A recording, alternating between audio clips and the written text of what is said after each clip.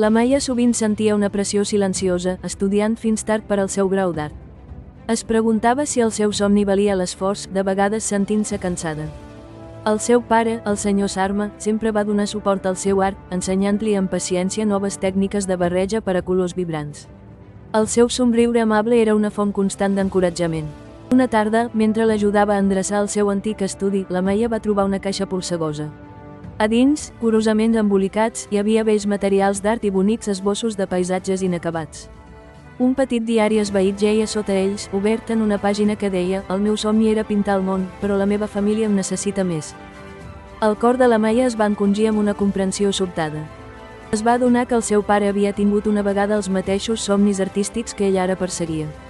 No havia renunciat a l'art per falta de talent, sinó per una elecció desinteressada per la seva família.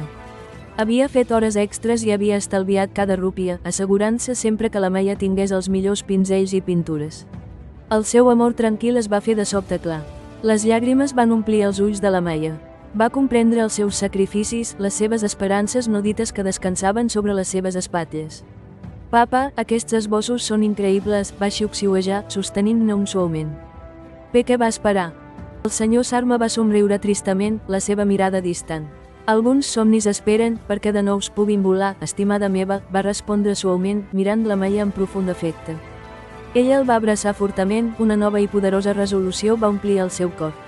El seu pare no havia perdut el seu somni, l'havia plantat amb amor les seves llavors dins d'ella. Els seus sacrificis silenciosos eren les ales fortes i invisibles sota les seves pròpies aspiracions artístiques. Des d'aquell dia, la Maia no només va pintar per a ella mateixa, va pintar per honorar el seu viatge no dit. Ella va estimar el seu amor tranquil, transformant els seus sacrificis en la seva força més gran. Recordeu aquells que van pavimentar el vostre camí amb esforços invisibles.